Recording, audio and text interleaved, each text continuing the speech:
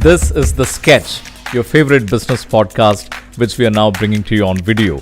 Most of your customers sit in the back seat, or do they drive these beautiful machines? On the weekdays, I am in the back seat. On the weekends, I am driving myself. One shouldn't be saying investing in cars, right? It's like spending on cars. That's a difference when it comes to Mercedes-Benz top-end cars. You know, the joke in our office is if you now buy a G-Wagon, for example, and you sell it after a year, you may get a bit more money than what it used to be. If I want to break a coconut inside the dealership, you will let me do it? Yeah. Yes. We have provisions for that. Luxury as a segment believes a lot in word of mouth because the experience is very critical. It's not just a product experience, but the overall ownership experience. I never thought about that. You don't have variants. We don't have variants. We have we feel as luxury customers, when you buy any Mercedes-Benz, the first thing you do is get your friends and family in the car. That time you should be proud to show this car has all the features and the bells and whistles. And if you fall short, then it goes back to the question, did you just buy the logo or did you buy the real luxury car? What is the waiting period like across your product portfolio? When you look at, I would say the C-Class, E-Class, a month or two, we should be able to get the cars. But when it goes to the G-Wagon, it's up to 24 months. Enzo Ferrari, founder of the iconic sports car manufacturer, famously said that if you ask a child to draw a car, they will most likely draw a red car, which is how red came to be a Ferrari color. I think it's safe to say that if you ask a child to draw a logo on a car, it would most likely be the three-pointed star, one of the world's most recognized and aspirational logos, that of Mercedes-Benz. Enzo Ferrari's quote has a deeper point. A car is not just a vehicle that takes us from point A to point B. There is something about it that speaks to the child in all of us. Universally, children are very excited about cars. They love joyrides, they love the sound and smell of cars, and they dream of driving fancy cars when they grow up. Luxury cars are the pinnacle of their excitement. They are ludicrous at one level. They mostly have more power than you will ever need on the roads. They obsess about detail in a maniacal way. They're packed with safety features, technology, and comforts that most drivers or users might never even explore. And they cost a bomb and are out of reach for most car buyers. In India, just about 1% of the cars sold are from this segment, cars that cost upwards of rupees 50 lakhs or the price of a small apartment in many cities. And yet, today, there is a waiting list for most luxury cars. Pricier the car, it would sometimes seem, longer the waiting list. My guest today is eminently qualified to talk to us about luxury cars and in particular about the brand that sells the most luxury cars in India, Mercedes-Benz. Santosh Iyer is the MD of Mercedes-Benz India and is the first Indian to be named to that role. He has been with Mercedes for 14 years, spanning roles in marketing, customer service, corporate affairs, sales, and others. I hope to talk to him today about the trends in the luxury car market in India, why people buy luxury cars, how picky are his famous customers, and what is the roadmap ahead for Mercedes-Benz in India. Santosh, thanks so much for joining us today and welcome to The Sketch. Thanks a lot for having me here. Thank you. Santosh, firstly, I want to understand from you, why do people buy luxury cars? Well, as you really started this interview and the podcast with some quotes, let me also quote the famous Coco Chanel. She said, "Luxury starts where necessity ends." And I think that's absolutely true even for luxury cars. The sheer need to go from point A to point B, I think there are many cars which may fulfill that need. But at some point in life, you want to spoil yourself. You want to enjoy the better things in life. And this, to some, it's performance. To some, it's luxury, including, for example, the noise level in the car, to what aroma, to the lights, to how you want to commute. And I think this differs from individual to individual. But fundamentally, the luxury is just beyond necessity. And then it's about splurging and indulging in one's own self. Most of your customers sit in the back seat, or do they drive these beautiful machines? Wow, I would say India has come a long way. When I joined this company in 2009 and we did some market research, around 80% were backseat customers, chauffeur driven.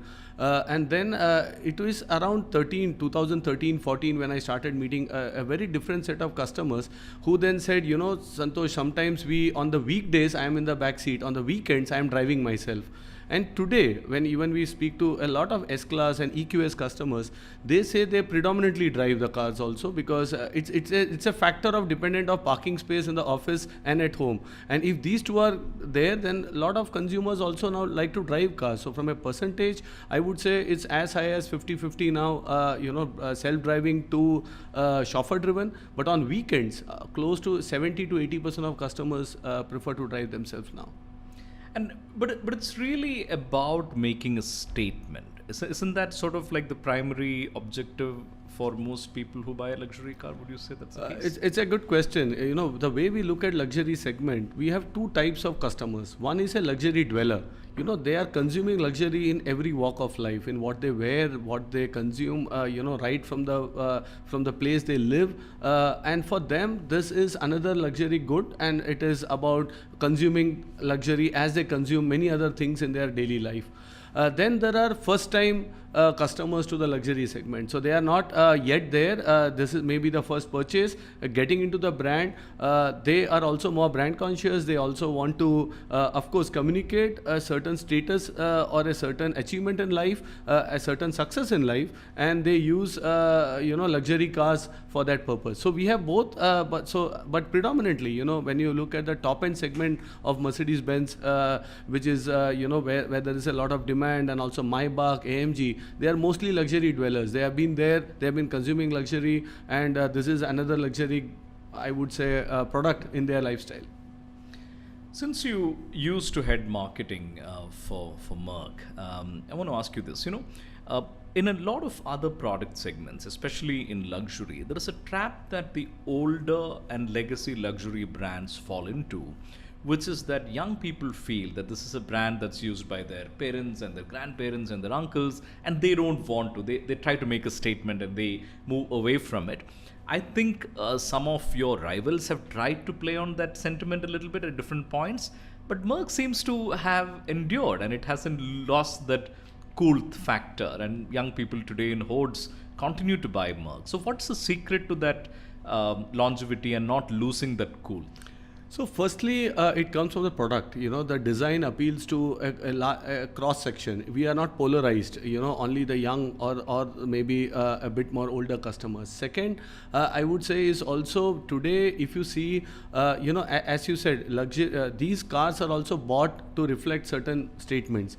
The young find it more cooler actually in a Mercedes-Benz compared to some of the other guys who need maybe other products or other brand and labels to show them that they are young. So, and that's something actually also from a marketing perspective, I would say helps us because even if you walk, I keep saying this to my marketing team, you walk to the best of the pubs, best of the lounges, the kind of music is still not, I won't say retro, but you can relate to it, across age groups. So it's not only the hard rock or the latest music which plays. People love music which is timeless. From design perspective, many of our cars, the designs are timeless, because this is something once you own the car and the brand, even if you can pass it on to generation, and that's something very core to luxury brands, be it watches, be it many of different categories, and that makes the brand timeless, that makes the overall experience. So therefore we are able to cut across age segments much better than sharply positioned to a specific age category. Would you say Merck's brutal domination of the F1 racetrack over the last decade or so, okay, maybe barring the last couple of years, has sort of helped stay cool and relevant among the younger hardcore fans? For sure, but I would only say, we started racing in 54 with the Silver Arrows, and we have been there part of the various, of course in the last 9 years, thanks to a lot of F1 awareness. Let's talk about India specifically, a lot of awareness after the F1 came to India in 2012. And the Netflix series. And the series, exactly. So I think a lot of people are watching it, definitely it adds to the brand, but AMG was born on the racetrack. We were also, the Silver Arrows was on the racetrack. So we have a legacy. Formula One definitely helps us. What it helps us is also to really stay dominant on the performance side. As luxury, people know us clearly, handcrafted, specific materials, also the noise levels in the car. People appreciate engineering for Mercedes-Benz. But when it comes to performance, there was sometimes a question mark. But with what we do on the track, I think that question mark vanished. People love our AMGs, hardcore performance machines, and that really also helped to push the brand further. Why are the three top luxury brands, premium brands elsewhere in the world, Merc, BMW, and Audi, why are they all German? See, firstly, for us, we invented the car in 1886 in Germany. So, it's a by default, I would say the genetics lie there. And of course, we started developing more on engineering. And I keep telling, if you look into our brand history, there were two brands at that point of time. One said that we will make the cars better and better.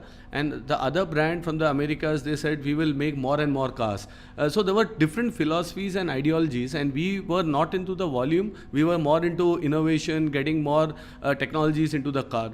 But as a result of this, I think a lot of engineering industry, the ecosystem developed. And when you look at an ecosystem, you have players like Bosch, you have players like Continental. They are all 100 years old now. They have been there. And this also helped another, I would say, peer groups to also come up with their own products, brands, innovation. And I think all of them have done a great job actually at different periods of time coming up with fantastic cars, and over a period of time it became a German auto industry as such, and I think rest is history. But all of that is true, Santosh, but to me it's still amazing because it's not as if the Americans haven't made cars for very long. It's not as if the Japanese haven't been making cars for very long.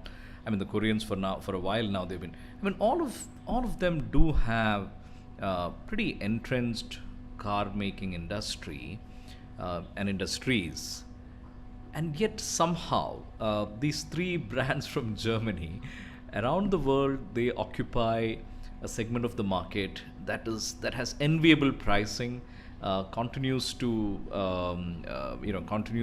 occupy that premium space in the customer's mind universally. I mean, after decades and decades of this competition, it is quite amazing, isn't it, that kind of leadership has endured? It's a very good observation, because for me personally, I would also say it's a cultural topic. That they are absolutely passionate about eye for detail. When you visit Germany, you look at the pavements, you look at the roads. It's like somebody has taken a scale and they have tried to draw the road, or the finish, everything is perfect. And this comes from the education system. This comes from the cultural orientation, I would say, of many, and they believe in perfection. Sometimes when I work with my colleagues, I say, "Come on, let's get it done," or why can't we launch it a bit earlier? And they say, "No, we will only do it once it's perfect." So I think there's no compromise attitude, a very strong education system, an eye for perfection and detail. That's what makes the country also, if you look at Germany, very different compared to many other developing nations and markets. If you go there, I think they're absolutely, it's picture perfect sometimes. When you travel in Germany, it's all postcard. No, that's true. But, let's take, for example, Italy, which indeed makes amazing cars, right?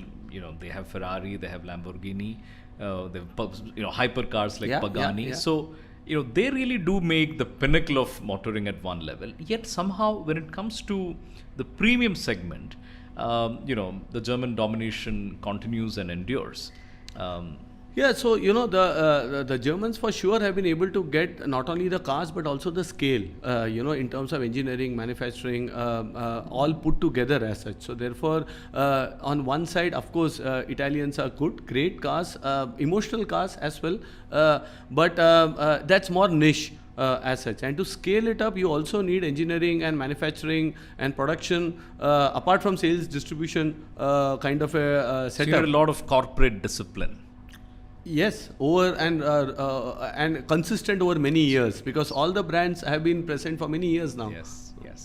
And there is also something about marketing luxury brands that are a little different from marketing other brands, right? Even I was chatting with a top executive at Lamborghini, and I remember him saying that in our company, advertising is sin. and we just don't advertise, and it's all word of mouth and reputation and all of that. What are the tenets of, they say that you follow at Benz, at Mercedes-Benz, about marketing and advertising?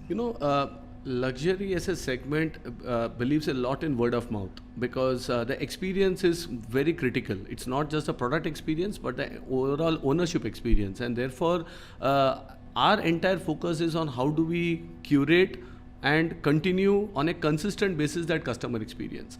And that's the biggest challenge, because to deliver that, on one side you have the product, which we can make it as consistent as possible, but on the other side you have people at the retail store, people at our service centers, people at different touch points of the customer, and there to deliver a very different curated experience is one of the biggest challenges. So, but going back to your core question on what do we do from a marketing perspective, I think the single line brief is focus on customer experience. It's about, as much as we are able to delight, as much as we are able to make the brand desirable, we will get the word of mouth. The customers are well connected, the social groups are well connected, and I think that's the core focus when it comes to marketing.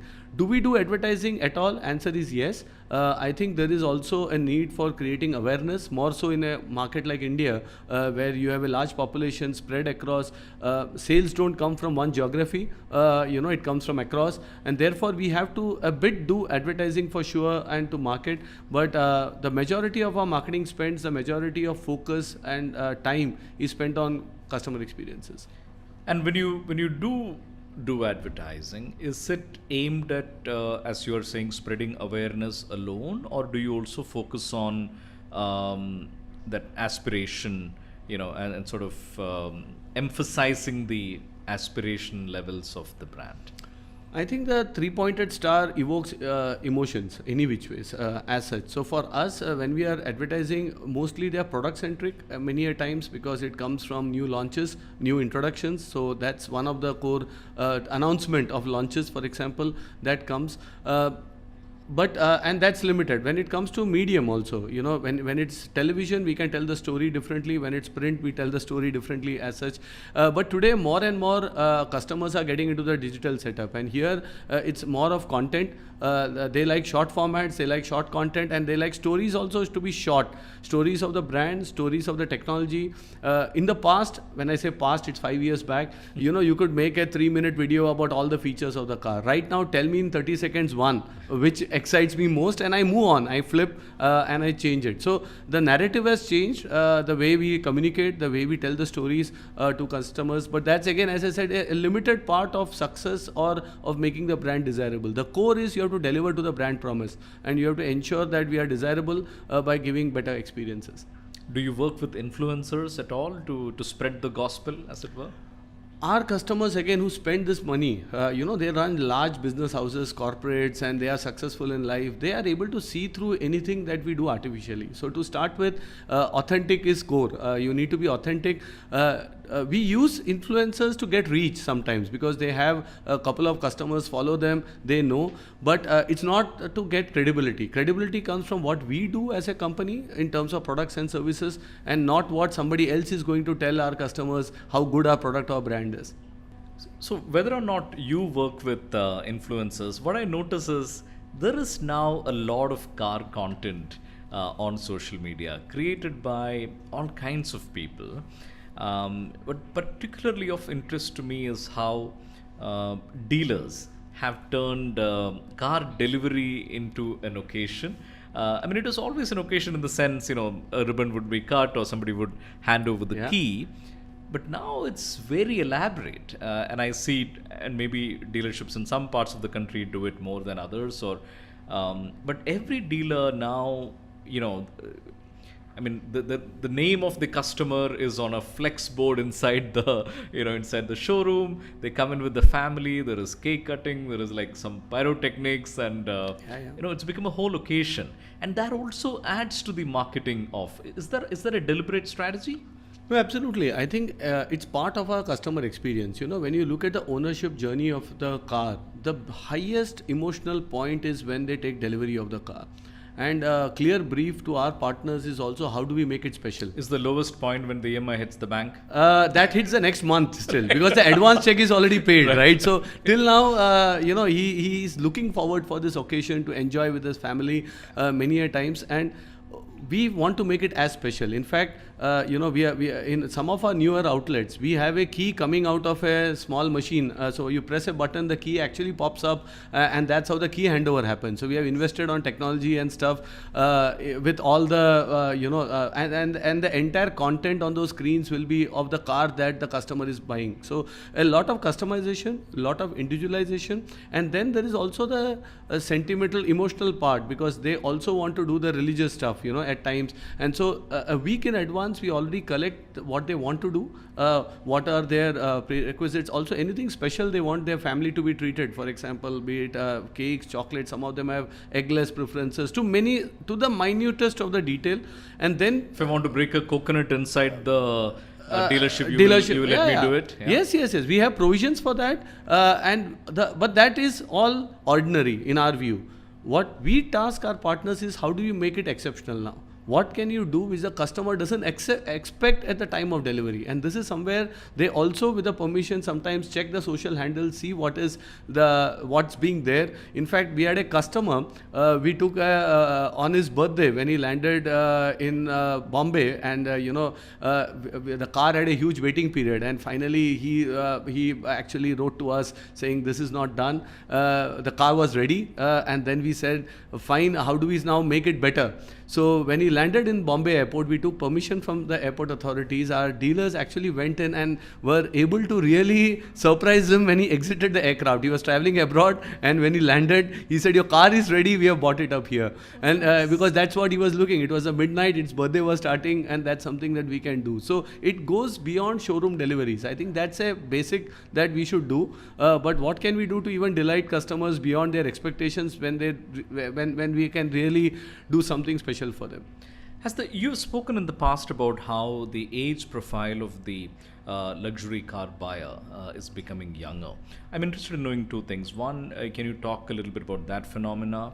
Number two, are you seeing more women buyers walking into Merc dealerships? No, the first one about the overall age getting younger is also the factor of demographics to some extent. Mm-hmm. Also, a lot of youngsters today, their need states are different. They want to start consuming and indulging. They are spending on brands, and that's seen from when you visit some of the coffee shops like Starbucks, where the coffee, you can see people sitting and spending money.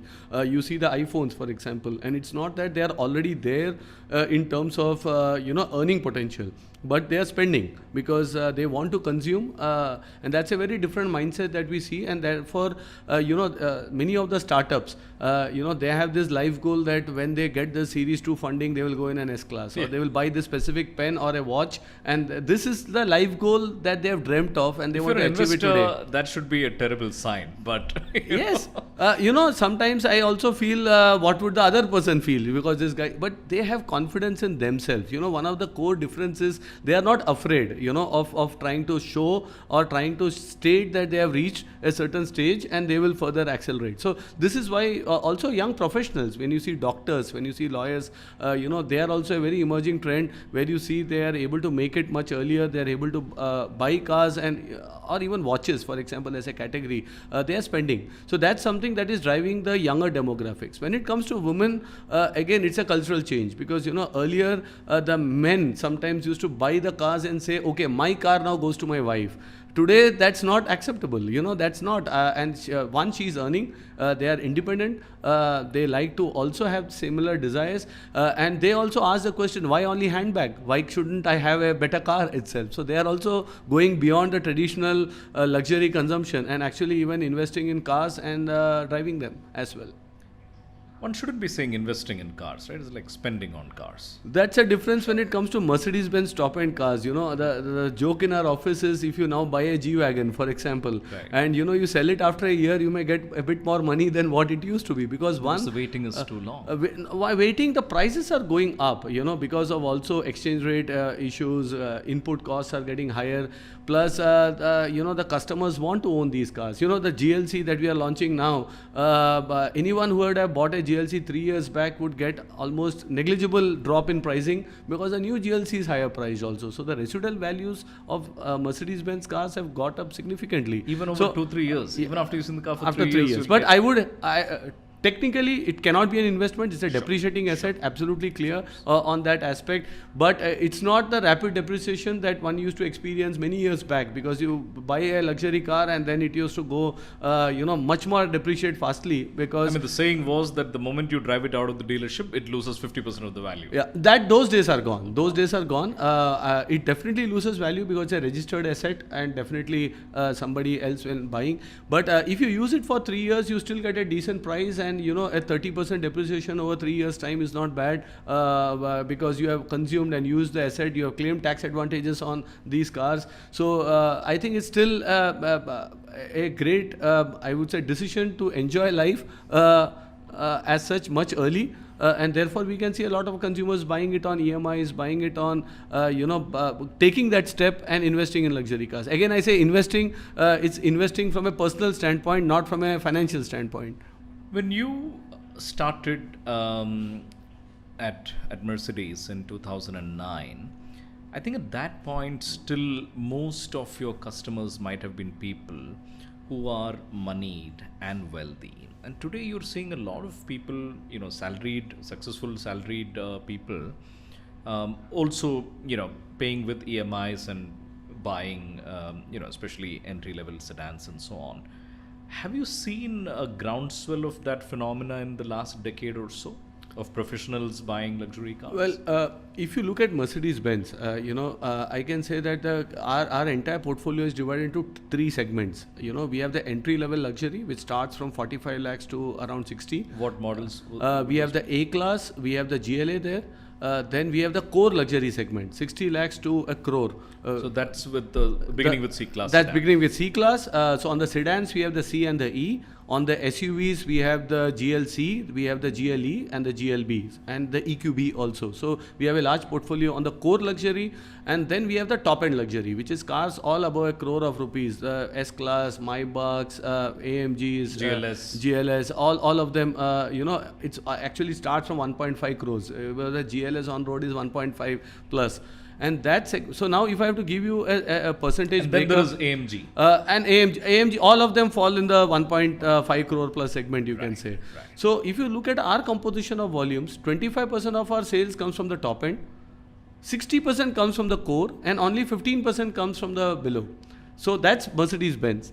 But if you take the overall segment in India on these cars, there is a much higher contribution which comes from the entry level, so-called, and of course the top end is much lower for different brands. So for us, we enjoy a very different patronage of our clients and the customers. The brands enjoy a very different positioning in the market, and therefore, to answer your question, our growth is not coming from growing the entry level segment. The growth is there itself, but still a lot of growth comes from the top end and from the core luxury segment that we are seeing here.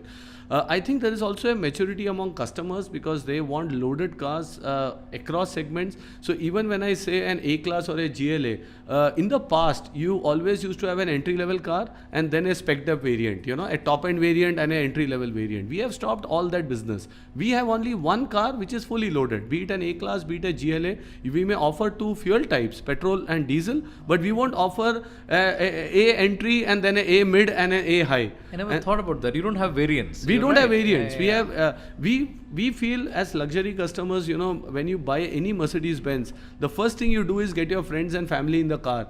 That time you should be proud to show this car has all the features and the bells and whistles. And if you fall short, then it goes back to the question, did you just buy the logo or did you buy the real luxury car? And we want our customers to buy the real luxury car which has all the features, all the equipment. So it's a fundamentally different strategy from what many of the peer group may be doing in the market. Does it restrict our growth potential? Maybe yes, in the entry level, because a lot of customers say, why can't you bring cars at lower pricing? But then it's fine. You can own the car, but not the entire experience. And therefore, we rather stay with premium pricing, premium cars, fully loaded variants, and that also helps in the residual value. So these customers, when they go to the market at the end of 3 years, they get better pricing because the cars are very good cars. They are well spec'd. They have the warranty with them. For example, on A-Class and on on GLA, particularly these two cars, we give an 8-year engine warranty, unlike 3 years. So this is one of the biggest fear of a customer getting into luxury. You know, what happens to maintenance, what happens to my car. So we look at segments and we look at product packaging based on the segments and not one size fits all kind of a strategy. But the point about variance is that's true for your competitors as well, right? I mean, I think Audi and BMW also don't have variants for most of their models. I won't comment. I would expect But the broadly listeners to true do or their own untrue? research as such. Right. But all of them have different strategies at different points of time. Some have it, some have withdrawn, some have reintroduced, also on different price points and different stuff. But I think that's a strategy which is not bad. It's also, India is a growing market. I am very happy that there is space for all. And right now the overall market is growing, which is a good sign, because everybody has a niche, everybody has a segment to play. I am only commenting on our strategy is more focused on much more holistic, also a lot of focus on the top end segment.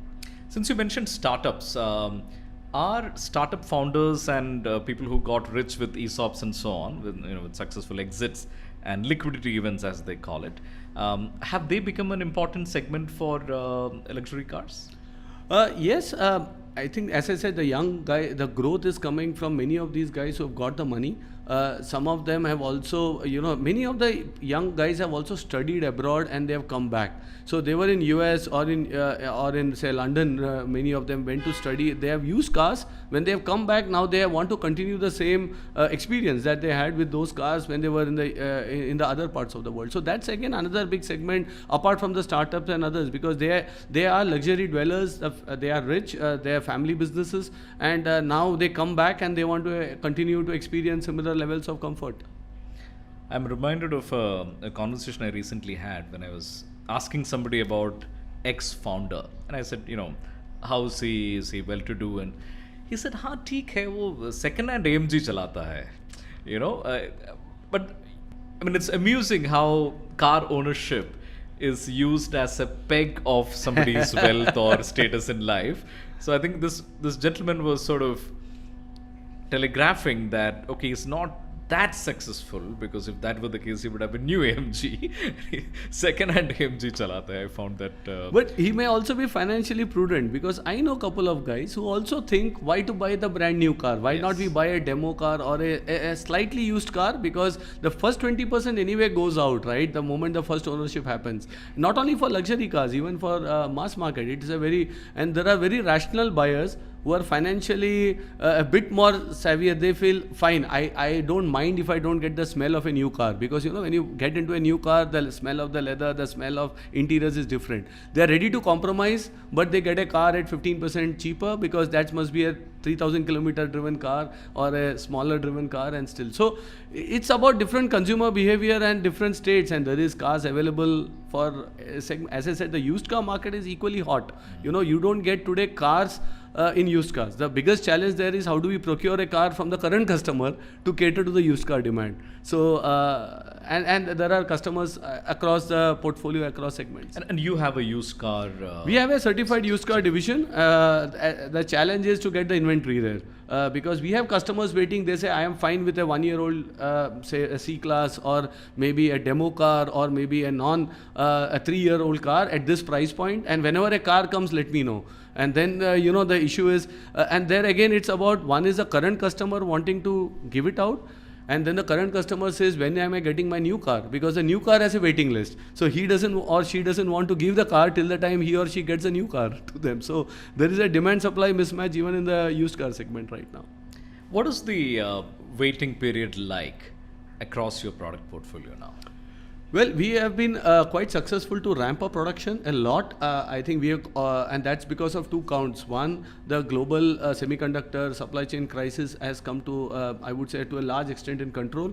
And second, we have a lot more confidence in the market. So we have been able to get much more kits to produce, much more parts to produce. So when you look at, I would say, the C-class, E-class, a month or two, we should be able to get the cars. But when it goes to the G-Wagon, it's up to 24 months. So, that's the kind and spread that we have. Every month we give out, indicative waiting periods to our partners. The good part is, if you go online, you can find all cars. We are the only brand which is fully transparent on stock. fully transparent on price, because 2 years back, close to 2 years back, we came up with a direct to consumer model, wherein we said that we cut out all the hidden charges, hidden non-transparency in automotive business, and we give a full transparency. So the entire stock today, you can search online, you will find when this particular color VIN is available, what is the expected date, what are the discounts if any, and what are the consumer offers. All transparent, online, offline, same offer anywhere in India. So that way transparency helps consumers also to make better decisions. You offer discounts? Some car lines, it's not discount, but we have a financial services arm which is called Mercedes-Benz Financial. They offer a product called Agility. This is a product where many consumers don't need to pay up the full price of the car in EMIs. We are confident of our residual value. So what we do is we take out, so if a car has, as I said, 60% residual value at the end of 3 years, the customer needs to pay EMI only for the 40%. The balance 60, we just buy the car back at the end of 3 years. Now these are financial products, not schemes, but financial products which are tailor-made in conjunction with financial services, so that we can expand customer base and also give more tailor-made solutions for the Indian market. Fascinating. Now, let's take a product like the G-Wagon, which is favored by a lot of celebrities across the country. Now, India being India, I'm sure when they call a dealership or walk into a dealership and find out that there's a 2-year waiting period, surely they must be like, who heads Merck in India? Let's call this person. Do you get a lot of such calls? A saying, lot. Sir, I want next week I want a G-Wagon. A lot. And also to Janta nahi main kaun hu. all will be there, and we get this. But we have, again, both categories. Some of them are a bit arrogant considering the stature where they come from. Some of them really understand the issue and they appreciate it. So now we are also thinking of prioritization. So we now, for new launches, we prioritize Mercedes-Benz customers clearly. If you own a Mercedes-Benz, you are on top of the priority list, because the biggest challenge is to explain to our own customers. They tell me, my father owned it, I am owning it, my son is owning it, 3 generations, 6 cars, they send pictures, they are not even sold, and then why are you not giving me the car? And that's something very difficult to explain. So our clear strategy is not only for the G, but for many car lines, prioritization. If it's a Mercedes customer, should get the first priority when it comes to deliveries and allocations. I'm really amused by this G-Wagon situation. Here you are trying to sell a product that's on road, what, 2 crore and upwards? No, on road will be around 4 crores. The 3.2 crores is the ex-showroom price, and then it goes up to 4 crores. So here you are trying to sell a product that's close to 4 crore on road, and my heart goes out to you that the problem is not that you can't sell enough models, but it is that people are banging down your doors to get delivery. Yeah, it's again, your first, as you started the interview, and when I said luxury starts where necessity ends. It's not that they need G-Wagon to go to their office or for a commute. The car is iconic. And it's a symbol of certain way that you are able to communicate in your peer group. And the sheer fact that you got it, and now you are able to drive it, it's a different, in that peer group, it's a different messaging that goes in also. So people, and also it's a passion for a lot of people. Frankly, as you said, as kids, you start dreaming of cars. As youngsters, lot of them dream about a G-Wagon also, saying that one day I will get the G-Wagon, it's more of a Beverly Hills car. I would say it's not for the 63 performance or the 500 engine, but it's the lifestyle statement, and you want to accessorize yourself with this car. So it's fully understandable, not only in India, the reason is globally as well. There is demand for this car is insane, and it's still produced in the same plant in Austria, Graz in Austria, where there is a limited production and a lot of things are still handcrafted on the car, so you cannot scale up like a robotic production system, and therefore the demand always continues to exceed supplies. So when you have at the group level, when you have your annual country manager conference or whatever, do you keep telling the management there is too much demand for X model, Y model, can you make more G-Wagons? Those kind of discussions happen, and is that how they assess? No, that's a continuous process. Already production capacities, are planned in advance for the next 2-3 years time. So we always give a bottom-up forecast, and some of them, though we give higher forecast, but some of them it's just not possible for them to also, produce more cars. Also as an industry, we are facing this transformation. We have to remember we are transforming from combustion engines to electric, and that also means investments are limited on combustion engines. A lot of investments are going into electric, and therefore we have limitations when we have to scale up particular model lines, car models, etc. Because we will be transitioning. We are very clear that all new cars after 2025 will be electric, and After 2025? yes, and from 2030 worldwide, I am saying, and after 2030, by 2030, we will be 100% sales on electric wherever the markets permit. So our ambition is for carbon neutrality, which is by 2039. Again, quite ambitious compared to the 2050 ambition of European nations. So we have, as a company, have said that by 2039 we will be fully carbon neutral across the value system. No, but did you say that you will only sell electric cars We will only, from 2025 all onwards? new car launches will be only electric. There will be no New combustion car engine car launches. launch after 2025 on combustion engine. And by 2030, all car sales will be electric. Sales will be electric wherever the markets allow, because there will be some markets, maybe I would also say for India, we are not 100% sure whether India will transition, at least in the That's luxury fast. segment, Yeah. to 100% electric. But then predominantly we'll be an electric car brand for sure. So when you say if a market permits, I suppose you mean if there is supporting infrastructure, charging infrastructure and all of that present, then you will. Yeah, charging is one. In our segment, again, I feel our customers, many of them stay in independent houses, or they stay in high-end residential areas where charging for the new ones are already a prerequisite, and for the old ones they are able to install. At office, many of them own build offices and industries, they are able to install chargers. So we feel that the transformation to electric will be much faster in the luxury segment compared to mass market. On just on this issue of waiting list and the quest to get a car. See the point you made about how people dream about owning a car, an AMG or a G-Wagon or whatever it is, and once they hit that point of affordability and once they make that purchase decision, does it really, like, do they become a little crazy about like laying their hands on it? Like, does it become this really intense pursuit, like, can't wait any longer, really need it now? No, absolutely. I have customers, first of all, if we launch a new car, even if I don't have the car in India, they just tell us, you tell us if you can show to me in London, I am here, or I am in some city in some part of the world, can I see the car? And they take that effort to go see, check. When they come and configure the car, my own colleagues sometimes don't know the amount of possibilities what the customer knows. So the customer has already done research. They are absolute passionate guys. They are just not buying the brand. They know what leather, what caliper, what combination needs to go. Sometimes they are crazy with the combinations that they do. The car comes out well. When we see the car, it's wow. But they have that, the desire to do the things themselves, configure the car themselves. And then when the car is ready, sometimes some of these cars on an average, they have 4 million as cost of air freighting it. And the sea freight takes around, say, 45 to 50 days. We have had one or the other customers saying, I'm ready to even take the bill, air freight it now. I cannot wait it. I need the car here. And that's fine. That's part of what they want to do. And our job is to enable that desire. But this does mean that some part of your job surely must be in dealing with this kind of, how do I lay my hands on a high-end Merc? How do you deal with all of that?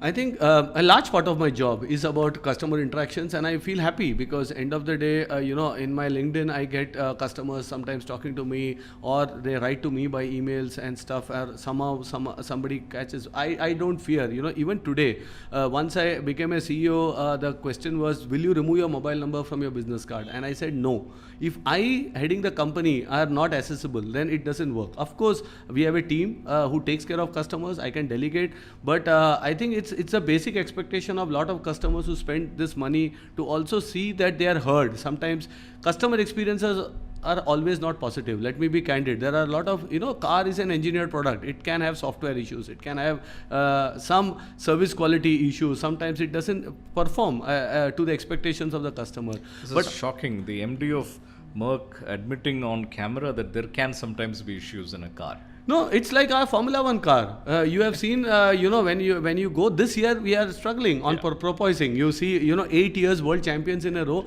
because it's the highest level of technology that's being operated even in a Formula 1 circuit. When it even goes to our cars, as I said, we are putting the latest features, the latest software. Earlier, you bought a car, the car was 100% at the time of purchase. Today, we have over-the-air updates. We are giving software updates so that we can make the car experience even better. You know, the EQS I got 3 weeks back, and today there is a new update. The graphics have changed on the EQS. For me, it's like I am sitting in a new car now suddenly, because it's not the car even which I got 3 weeks back. That's possible today. But it also comes with irritants. You know, the car is connected, network, technology, software bug sometimes because the over-the-air update was not seamless. And this we also have to educate customers. They need to, we are all used to getting updates on our phones. We don't get, when there is a new update of Apple, we just download it. You know, in the night it charges.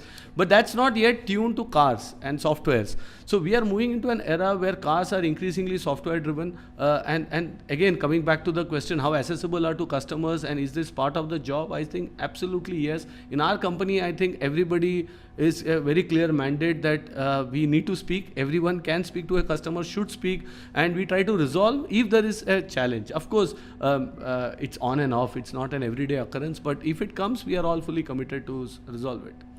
When one hear you speak about waiting periods and a lot of demand and the quest to get your hands on a Merc car, one might think that this is an exceedingly successful business. But the truth of the luxury car business in India has been that it has been a bit underwhelming, isn't it? Like when you started, say in 2009, I think the forecast used to be that by 2020. There would be an annual sales of 100,000 luxury cars a year. We are still at about 40 odd thousand, of which Merc still, is the market leader, sells about 15 odd thousand cars, but still an underwhelming story, is it not? And what do you expect to change? I think we are in India for 28 years and we term it, we have a favorite term internally calling strategic patience. We need to be, we believed in the market, we continue to believe in the market. Right. And in 2009, we used to do around 3,000 cars. We are going up to 17, 18,000, last year 16,000 odd cars. So it's been a growth story for sure. We had 2 years of pandemic prior to this. So if you take that out, there is a bit of double-digit growth kind of a corridor. Could it have been more? The answer is yes. But we also have to see, the overall, there are two aspects. One, the cars are priced considering not only luxury cars, I would say overall cars, there is one GST component and then there is a road tax component. The road tax in India also in many states are in the region of 15 to 20%. On top, you have the 48% odd GST. So if you see a 70 odd % taxation on a car, which is there, which is also when you now come from policymakers side, you feel they are also justified. Direct tax collection is very low in India. Indirect tax, they need to mop up so that they can do something. If you want to get the roads to be built, if you want the sanitation to come up, you have to collect taxes. And then this becomes, of course, a soft target because, and still a large part of India is on public transport. Which should be also the ideal way for a large population like India as such.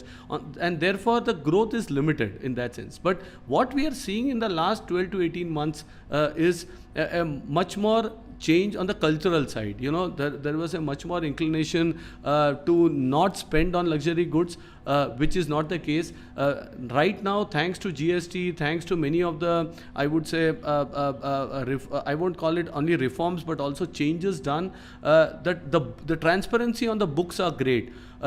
People all have much cleaner financial books, so they don't fear to buy a loan and buy a luxury car because now they have a good capital structure in their business, in their operations, and that is also actually driving growth in the market, and we can see that. On the other hand, corporate India results are also great. A lot of ESOPs, we can see a lot of top companies, executives now buying cars because of the ESOPs, etc. So this structural change is what will now set us up for the growth in the next 8 to 10 years time. So we have to be patient. We have to continue to be patient, and this would for sure pay off in the long run. And I think, we command I would say a very good, I would say a commanding presence, not only in sales numbers, but that core desirability of the brand. So, and that is again coming back to my top end story. That shows how strong the brand is, and it's a matter of time that when the market evolves and the structure changes, we will be there with the right products and the right services to capitalize on it.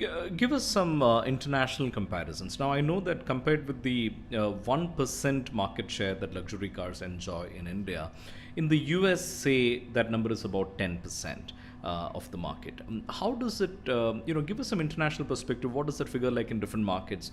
And how many cars do you sell a year, say, in China? See, China is basically around 800,000 car market for Mercedes-Benz alone, I would say, in terms of number of cars that they sell. The US is close to, if I'm not wrong, 300,000 cars or there as such. Sorry, Merck sells 800,000 cars in China in a year. Yes. Compared with 15,000 cars in India. Yes. And as I said, the structure of the market is totally different. Here, if you see the overall cars segment, even India is a 3 million car market, but if you see most of the sales are below the 10 to 15 lakh to 20 lakh segment, and luxury car sales starts from the 60 lakh odd segment. So it's a very different segmentation. It's also then again accentuated by taxes, which we see to some extent. And it's not only the GST. I keep saying different states have different taxes, and that adds to the GST component. So if you see around 70 odd % gets on top of the core invoice value of the car, which also makes it more expensive to own as a category or as an asset in India. Now let's come to luxury segment. If you see here, one of the parameters we see is the number of $1 million households buying luxury cars. Here, the penetration households with $1 million in annual income. With annual income. Okay.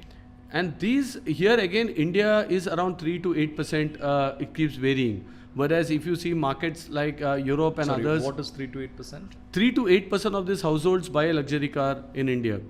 3 to 8% of households whose $1 million annual income is $1 million or above. Yeah. They are luxury car consumers. That's very low, isn't That's why it's 15,000 cars for us and 40,000 cars for the market.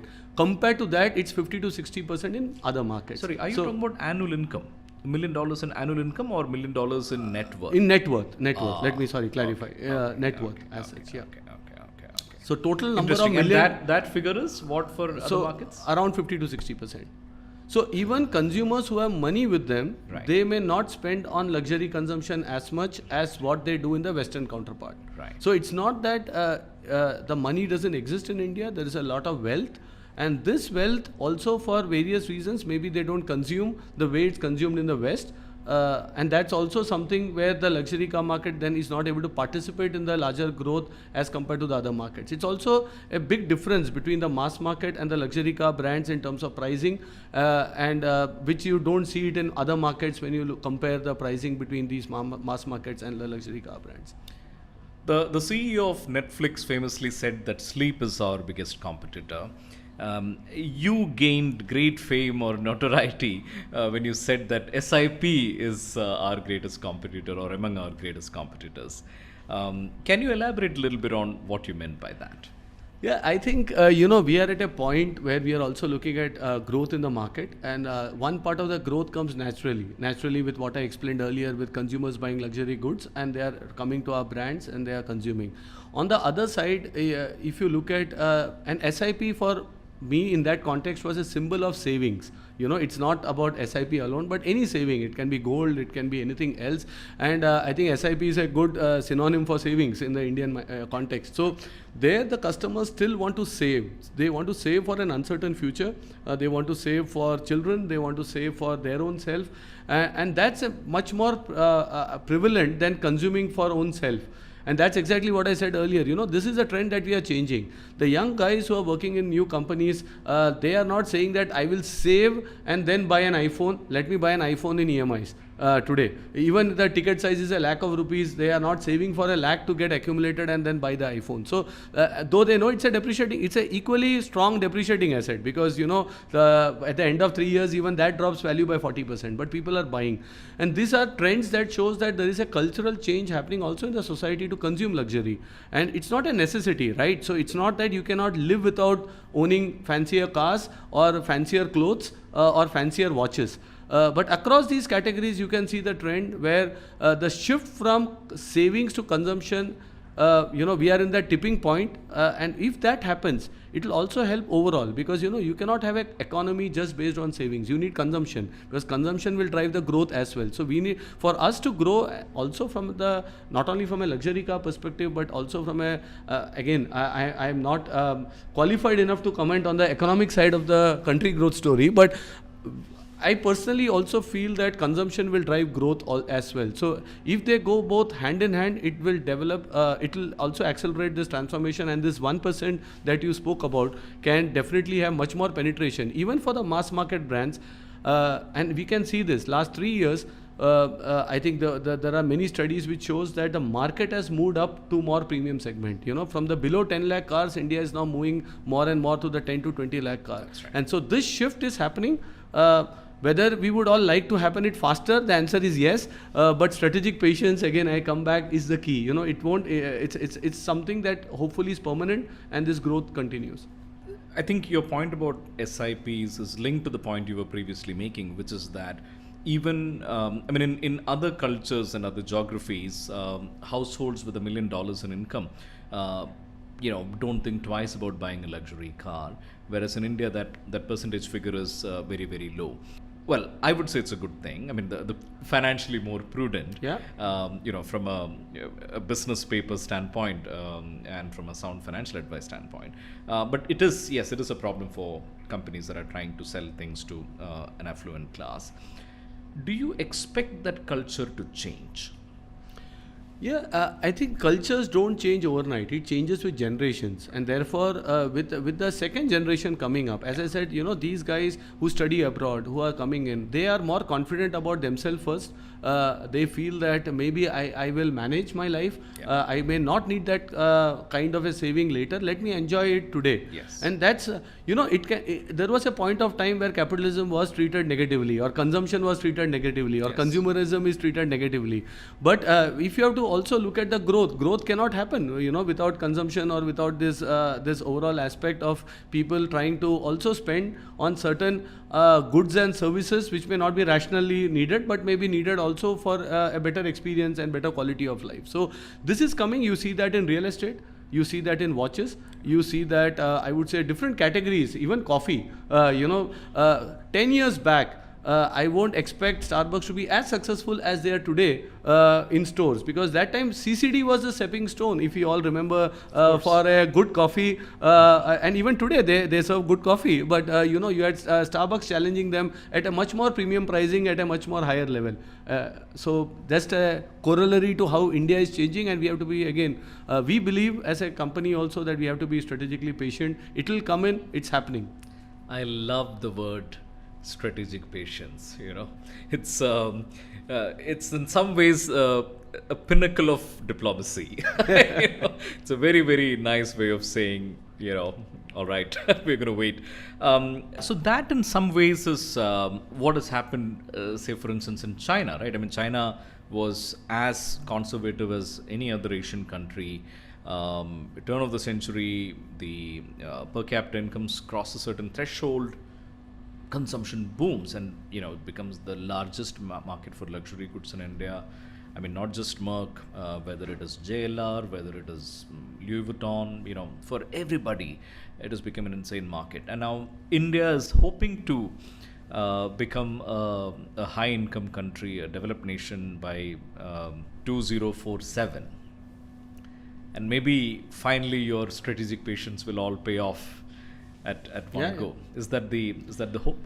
No, I think we have not yet put a time frame to it, because there are various factors in the market, but we have come to the market early. That itself shows. We have a state-of-the-art plant in Chakan. We have invested more than 2,700 odd crores in the facility there. We have more than 2,000 people working, a large franchisee network. So we have fully invested, fully committed to the market. I think a double-digit growth is a pragmatic way to look at the market. Take one step at a time, look into what's happening around us. We may have to course correct, because it's also no longer economies are insulated. So to say that India will be insulated from what's happening in the globally also may be a fallacy. And many of our customers also have businesses not only in India but spanning on a global scale. So if there are shocks, in other parts of the world, of course, India would also get some aftershocks, I would say, and therefore a calibrated double-digit growth over a set of years will take us to much higher volumes and much higher, I would say, potential of the market to be fully exploited. But in general, you see, a 4 million car market is there, so there are 4 million cars being sold. How the maturity comes up in a market when people start upgrading and going into the larger segments and bigger segments, I think that's a matter of time.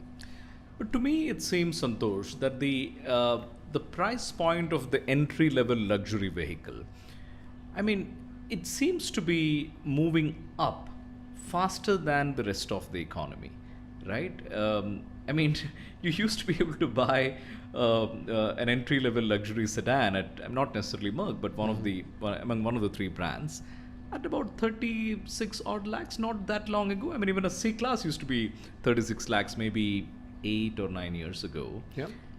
I mean, when you look at the price of other commodities, it hasn't gone up as much as, say, the C-Class sedan. No, absolutely. The reason is, one is we have transformed fast on a lot of technological topics. So today a C-Class is not the C-Class that was sold 8 years back. It has 48-volt battery, mild hybrid technology, amount of NTG6, it has SIM card, connected car. So amount of content that goes into the car, which is much more than what a average automobile content that we used to put in a car many years back. So the overall value has therefore gone up from a pure asset perspective, because it's much more going into the car.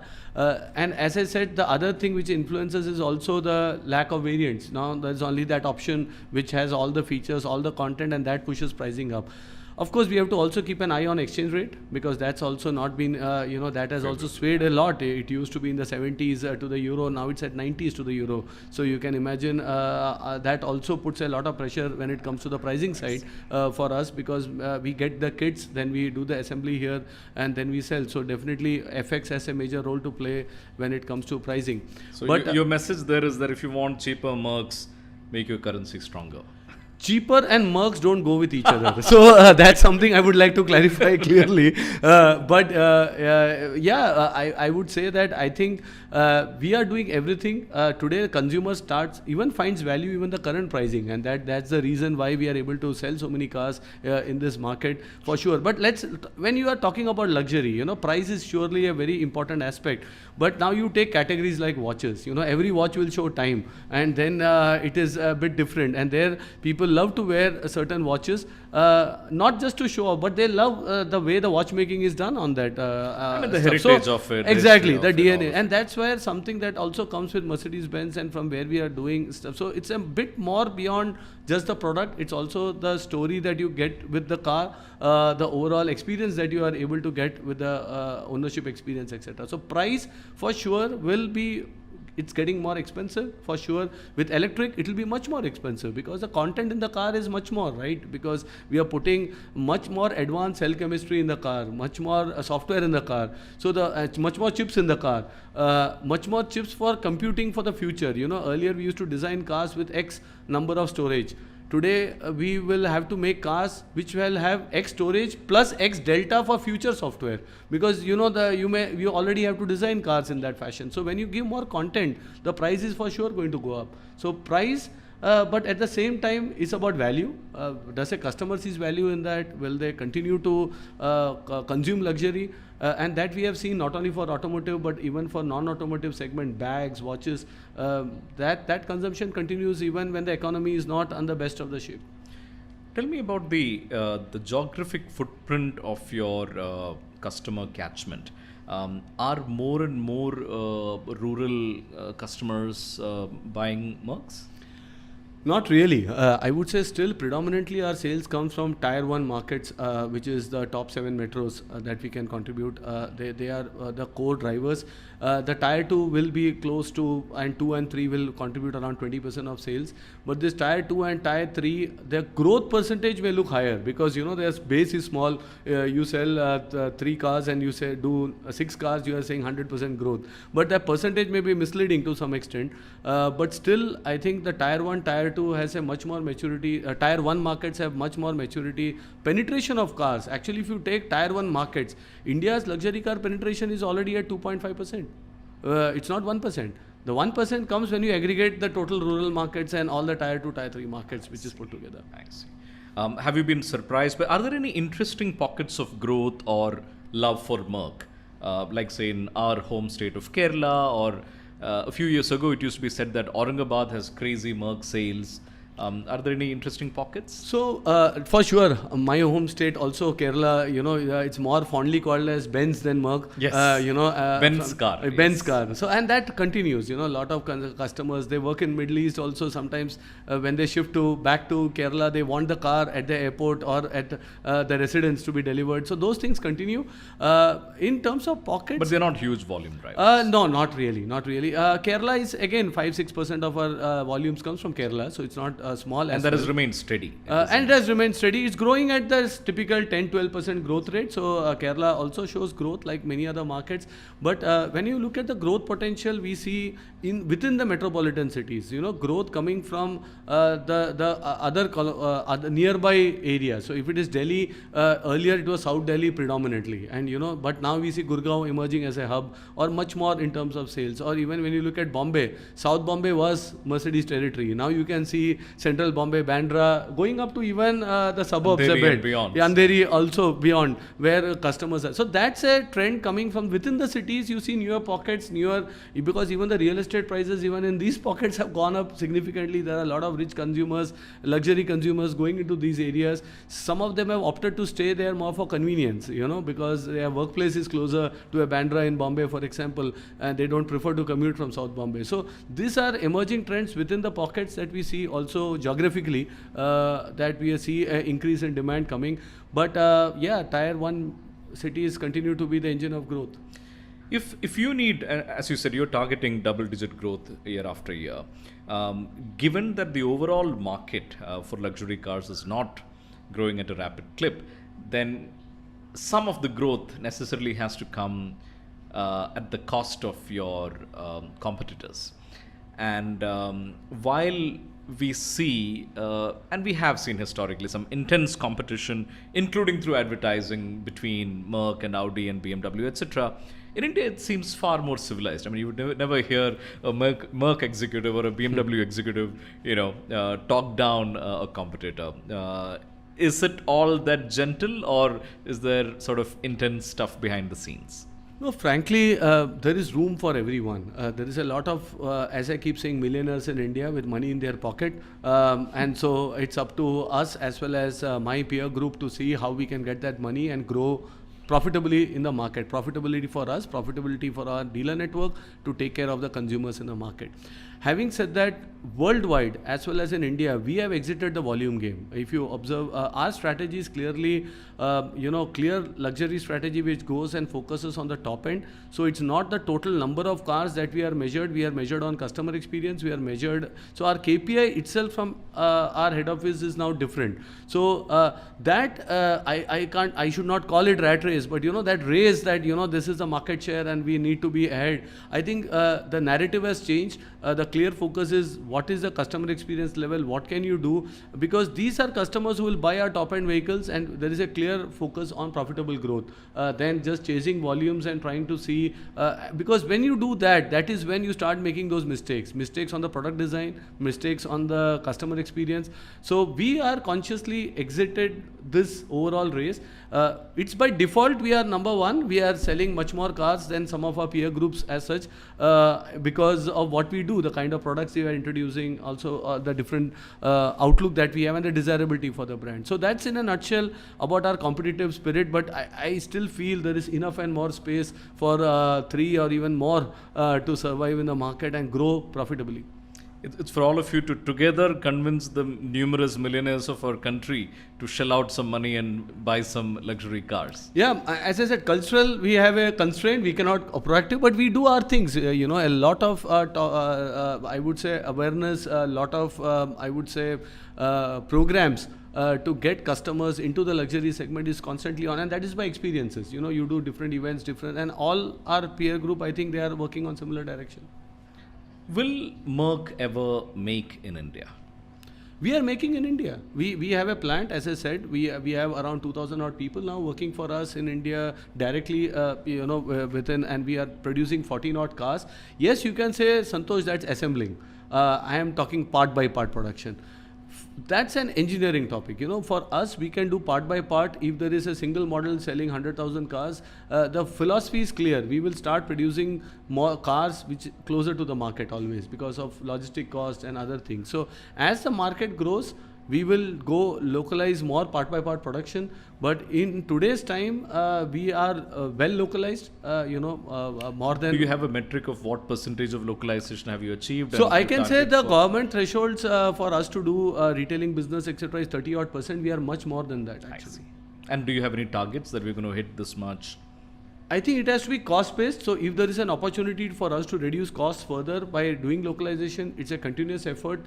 We not only localize for India, we are also sourcing parts from India for rest of the world. So we have a complete dedicated, a more than 50-member team in Pune now, which is being set up just to source parts from India to the world for Mercedes-Benz. Let me also say at this point, we measure the company on the sales. But let me also say, I have a sister company in Bangalore, that's headed by my colleague Manu Saleh there. He is leading a team of 10,000 engineers. They are doing cutting edge work for the world. We are proud to say that every Mercedes in the world has an India in it, because there is some contribution coming out of Bangalore on the IT side, on the software side, on the engineering side, on the car. So our play in India is beyond just absolute sales. It's also a strong R&D setup. It's the second biggest R&D setup outside of Germany, I would say, and that again shows the investments we have done in the Indian market beyond just sales of cars. Yes. When you were named MD, what was the one-line mandate for you from the headquarters? I think there is a lot of trust in terms of understanding the market. So for the headquarters, it's clear that try and see how we can look at the potential of this market. At the same point of time, what can we do to transform the global mandate of really focusing on top-end luxury I would say products and customer experiences. So what can we do in this transformation journey of a luxury brand in the market? Because each market is different. You also need to customize product offerings to communication to also the retail experience, and that's something that we are closely working on. So my clear mandate is again just to see we don't miss any potential of the market, at the same time focus on customer experience and get the transformation bit done. Let's talk about electric cars. I mean, Merck is one of the companies that have clearly locked onto this target that we are going electric. Now, by no means is it a settled consensus that this is the best path forward. Technologies are still emerging. Toyota, I mean, the Japanese, as we know, have always been a bit skeptical of electric, and they've always favored hybrid and so on. Toyota has demonstrated an engine that it says has insane efficiency because, I mean, one, it's a hybrid, and second, it's an order of magnitude of difference, like how much mileage that engine can deliver. In addition to that is the skepticism that is expressed in a lot of corners, including the idea that if your grid is not clean, like it is not in India, you're merely shifting the emissions from the roads to wherever the electricity is produced or wherever the coal is burnt. Number two, the batteries are really dirty in their manufacturing process, in their whenever you dispose it, and there is a lot of geopolitical angle to the procurement of minerals, and the same lessons we are now learning in terms of geopolitical lock-ins could get repeated if we lock into the electric technology. How do you respond to all of this skepticism? Oh, a couple of things. Firstly, we have, as I keep saying, we invented the car, we continue to invent it again. And one of the recent example is also on autonomous side. We are the only automotive manufacturer in the world to have a level 3 certified autonomous car driving in the US. Rest all claim, but we have delivered. So, and therefore, it will be not right for me to say that some technologies won't come up or this is the only technology. For us, we are technology agnostic to a large extent. But when we talk about some emerging technologies, we have to also look at the next step of production. It. Is it scalable? Is it possible to really productionize and bring it to that scale with similar environmental effects that we foresee? At this stage, if you ask us, we firmly believe that electric is the only solution at this stage. And therefore, our company strategy worldwide is clear that we will transform to all electric.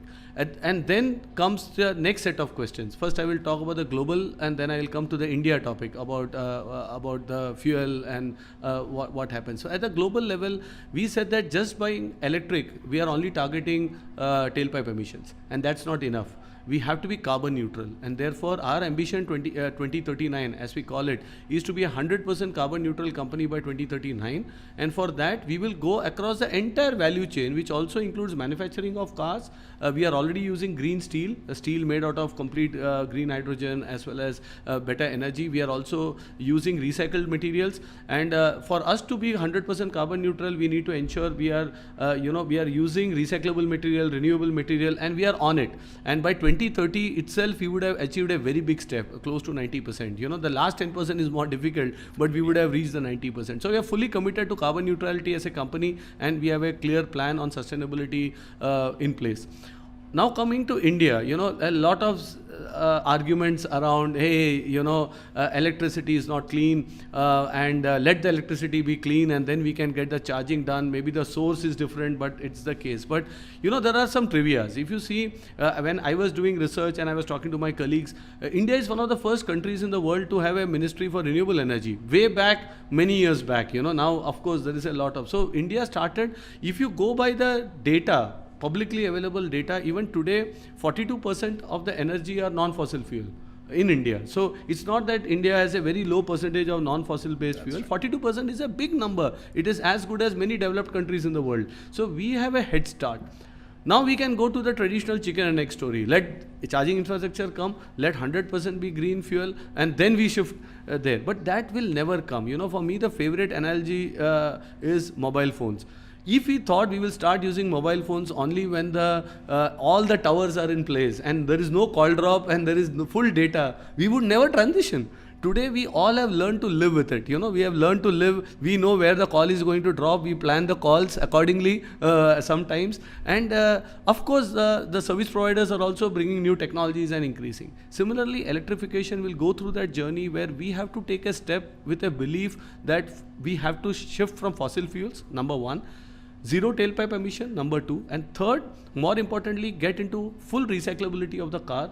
The government has introduced a lot of measures on this EPR, extended producer responsibility. There is a lot of initiatives currently happening even in India on some of these topics. So it's all going in the right direction, and therefore we feel India is no different. And as a responsible luxury OEM, I think we also say there is no luxury without sustainability. So we need to walk the talk. We are fully committed. We will transform, and we will push the boundaries even when it comes to India. Santosh, tell me a little bit about your favorite cars. Over the years, the cars that you have aspired to own, the cars that have dazzled you.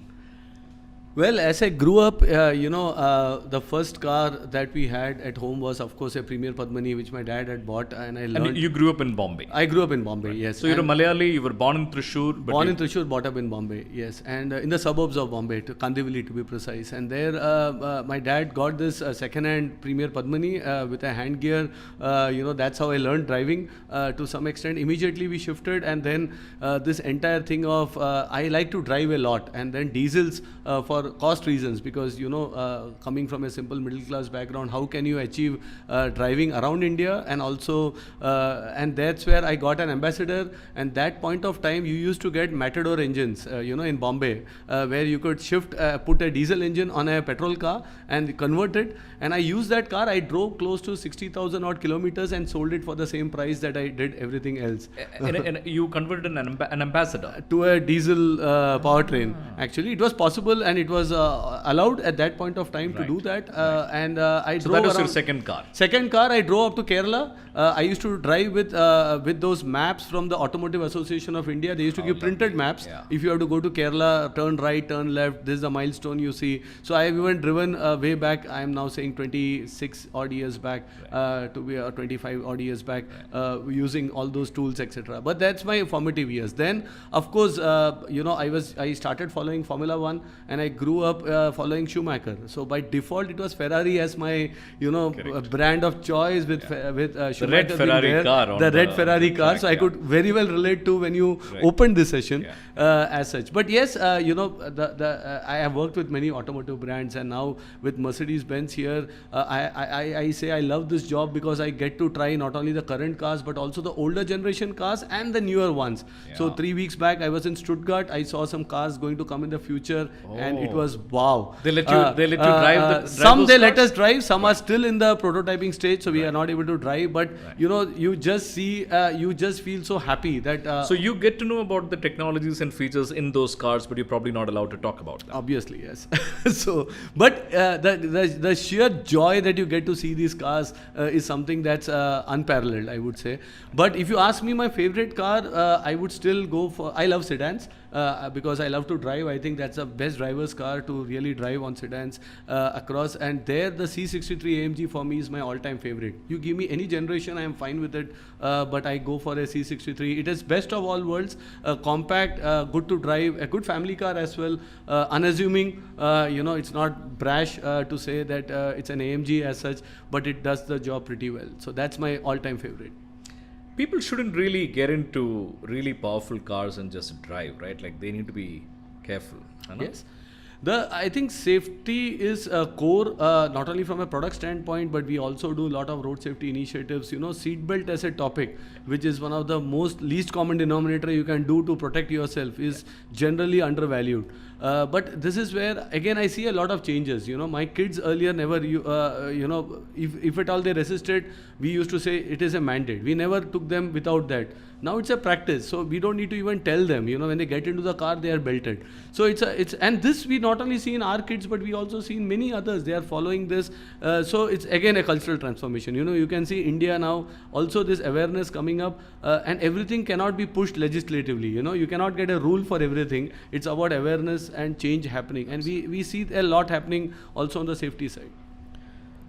Santosh, you are the first Indian to head Mercedes in India, and coincidentally, BMW and Audi both at this moment have Indian executives heading their India operations. What does this signal? I mean, does it signal a sort of vote of confidence in local management talent, or maturity of Indian management talent? What does it signal?